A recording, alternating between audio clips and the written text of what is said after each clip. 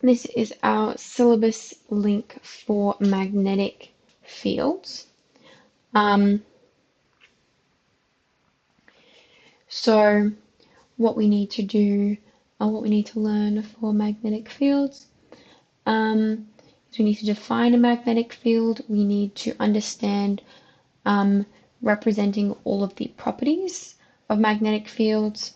We need to solve problems involving magnetic fields and current carrying conductors and wires. So let's get into how we actually do that. So we can determine the magnetic field in a number of scenarios, including the magnetic field on a moving point charge, such as like a moving electron. And this is given by our first equation here. The magnetic field strength is equal to mu naught, which is the permittivity constant, and that is also in your formula sheet, divided by 4 pi, multiplied by Q, which is the charge on the point particle in coulombs, multiplied by the velocity of the charge, multiplied by the radius, the distance from the charge wire or coil, and then divided by r cubed, sorry. The magnetic field strength on a current carrying wire is going to be equal to the mu naught multiplied by the current traveling through the wire divided by 2 pi multiplied by the distance from the wire. So this is going to tell us the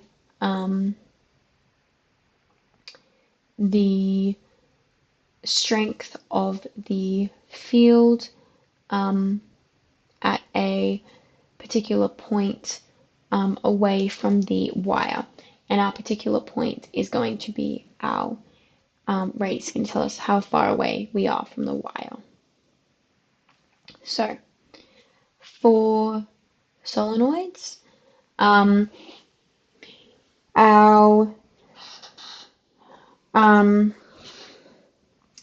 if we need to find the magnetic field strength in the center of a solenoid, we're going to use this formula here. So we're going to have 2 pi times K, our magnetic constant, multiplied by the number of turns, multiplied by the current through the solenoid, divided by the length of the solenoid. Okay, now we are getting onto forces on wires and parallel conductors.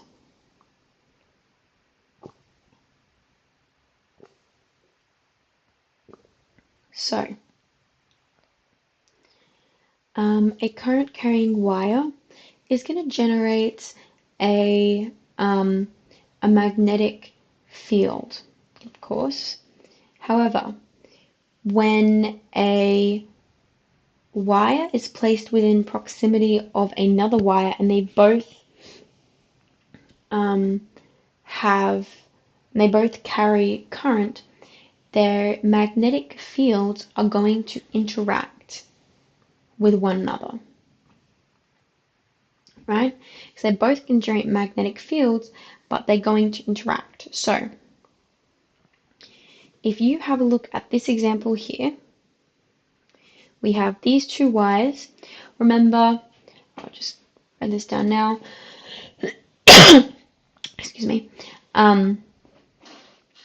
Our notation for wires or field moving into the page and out of the page is noted by these two symbols.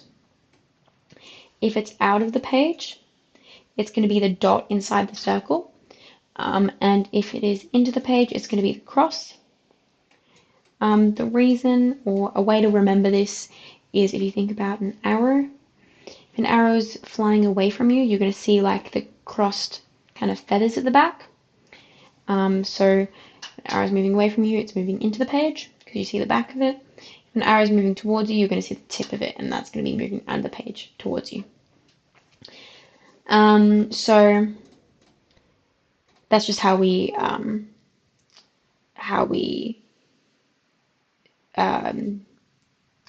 display the if a current carrying wire or a field is going into or out of the page. So as you can see here, our two wires are both carrying current into the page because I have a cross there. So their currents are moving in the same direction. So as you can see, this is going to create this massive loop of a magnetic field. And that's because if we use the right hand rule, with our thumb going into the page, at all points on either of the wires, the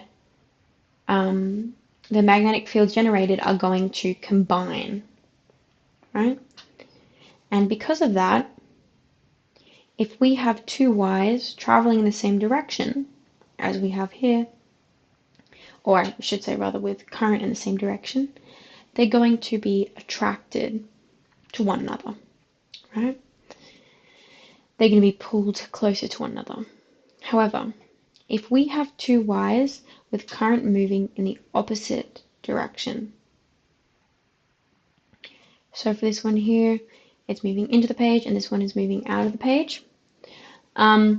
If we consider our right hand rule, so for our first one, it's going to be moving into the page, so our force is going to be moving around in this direction. And for our second one, our current is moving out of the page, it's going to be moving around in this direction. As you can see, the forces are going to cancel out, or rather oppose one another, because at this point, as a result of this wire, the force wants to move in this direction.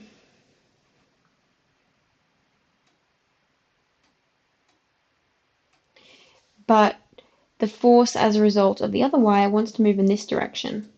So they're going to kind of oppose one another.